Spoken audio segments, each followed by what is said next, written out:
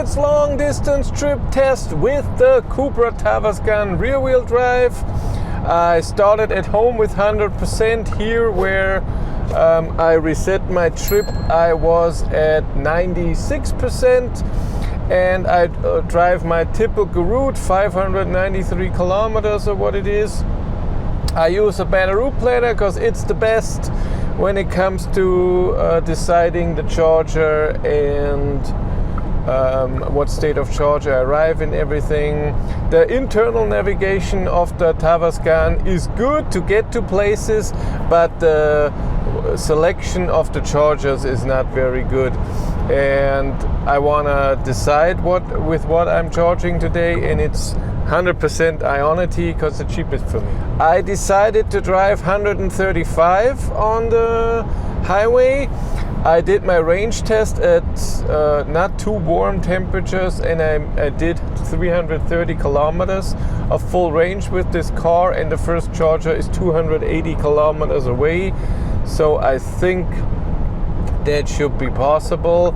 Right now, A Better Routeplanner still thinks I have to charge in between. We'll see if that changes.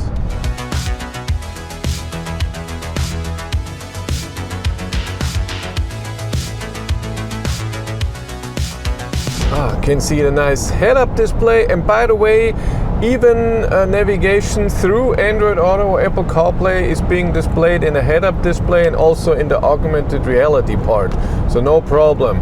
So far my consumption is high, but it still looks, even with this consumption, I can do 300 kilometers, should be no problem. A Better Routeplanner now knows that it can do it. I'm really navigating to the Ionity Himmelkron. I should arrive with 20%, but it thinks I'm driving 130. I put in 130, I didn't change that.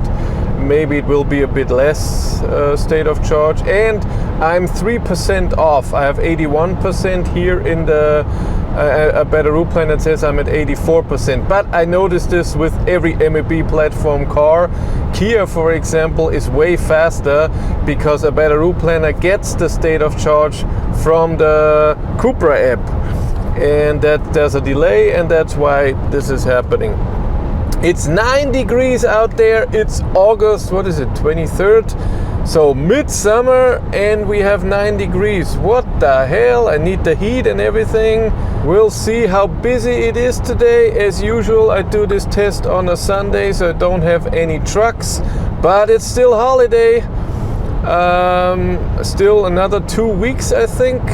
Then this crap is over, and hopefully on a Sunday I have less traffic, because horrible.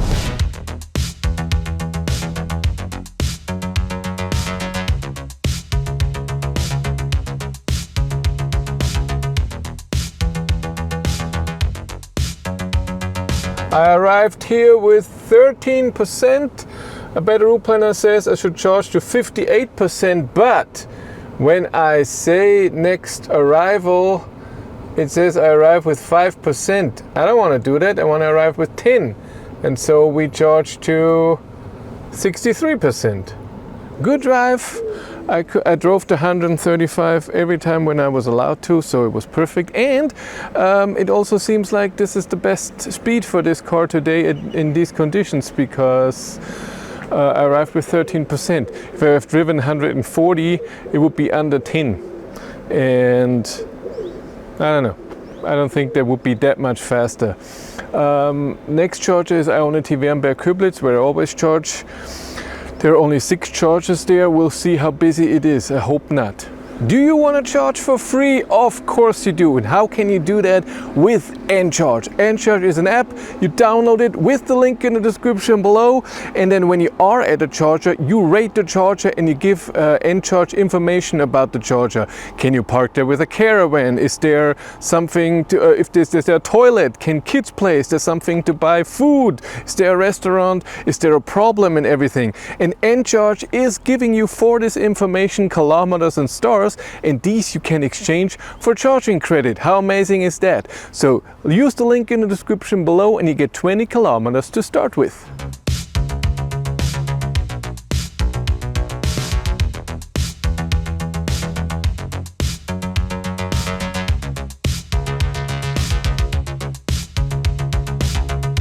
my way again, charged to 64%. Next charger is, I don't even know, I have to check,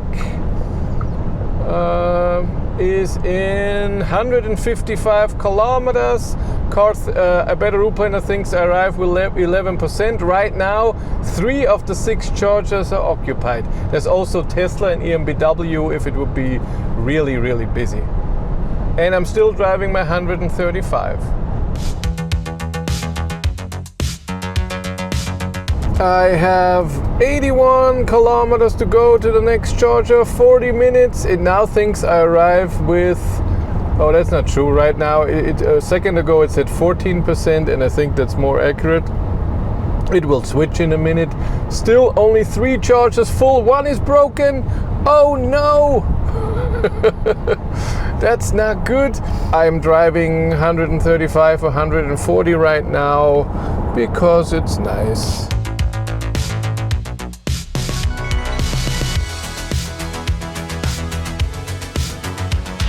Arrived at the second charger with 13% again.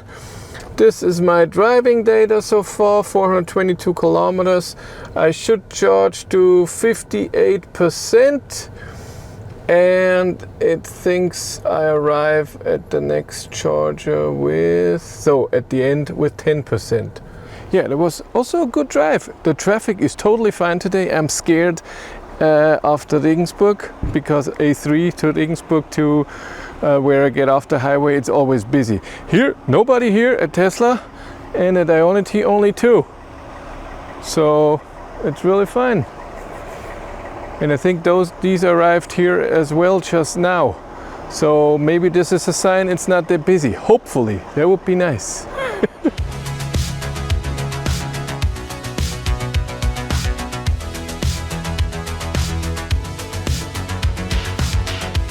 As planned, I charged to 58%, have now around 160 kilometers to go to our ending point, but then I have 15 kilometers to go home.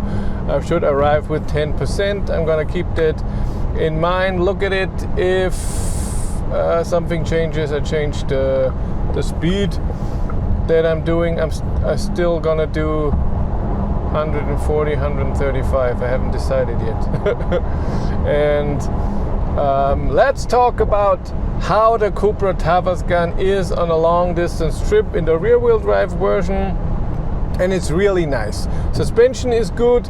Noise level at 140, depending on the road, is not the best. I said that in my range tests.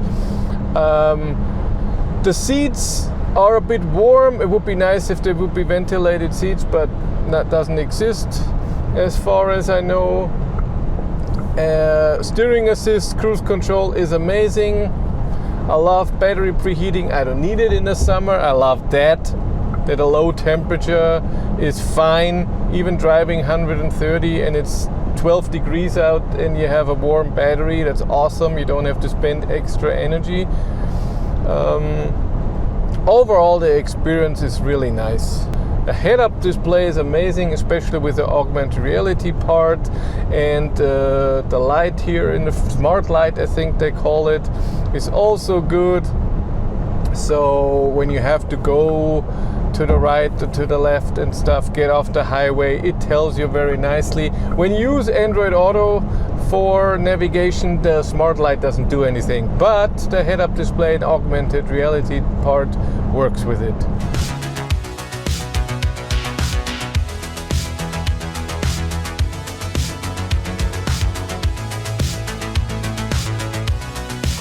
I'm on the last stretch, yes. Still 66 kilometers to go to our ending, and it still thinks I arrive with 11%. That's good. It's a bit more traffic, so I have to slow down a bit sometimes, but it's not horrible. So far I'm okay with it. But it's always bad here. It's normal, and like I said, for another 64 kilometers we have to endure this 2-lane highway where it's busy.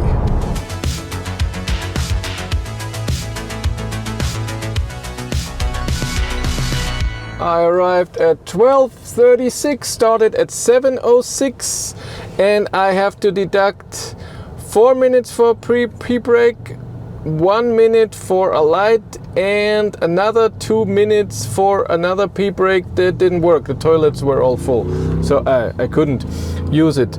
And this is my driving data for today. 582 kilometers. It's 593 in reality. 234 watt-hours per kilometer was my average consumption. Let's analyze the data. Average consumption we just seen. Car shows 582 kilometers, real kilometers 593. It took me 323 minutes because I deducted 7 minutes, and I get to an average speed of 110 kilometers an hour, which is great. So the charging, even though it doesn't look amazing, was good. Of course, we have to think it wasn't too warm in the morning, but then in the afternoon it was really nice. I think the heat did only a bit in the first half hour, 40 minutes. Something like this. Then it was pretty no heat, no AC, and then think in the afternoon I needed the AC. Let's go to the charging sessions. The first charging session 13 to 64%, 20 minutes, 42 kilowatt hours, average power of 126 kilowatt, not amazing.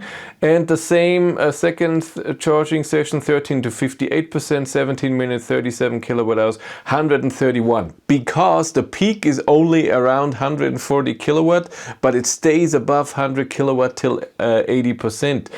And this is good when you charge and have to charge very high. But if 58, 64% is enough, then a high peak would be a bit better. But altogether 37 minutes charge, 79 kilowatt hours. This is without the charging at home, of course. It was a perfect trip.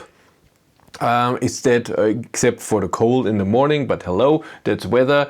But the car is good for a long distance trip, and I liked it. And even though it's not an amazing charger, it was enough. 110 is a really great result.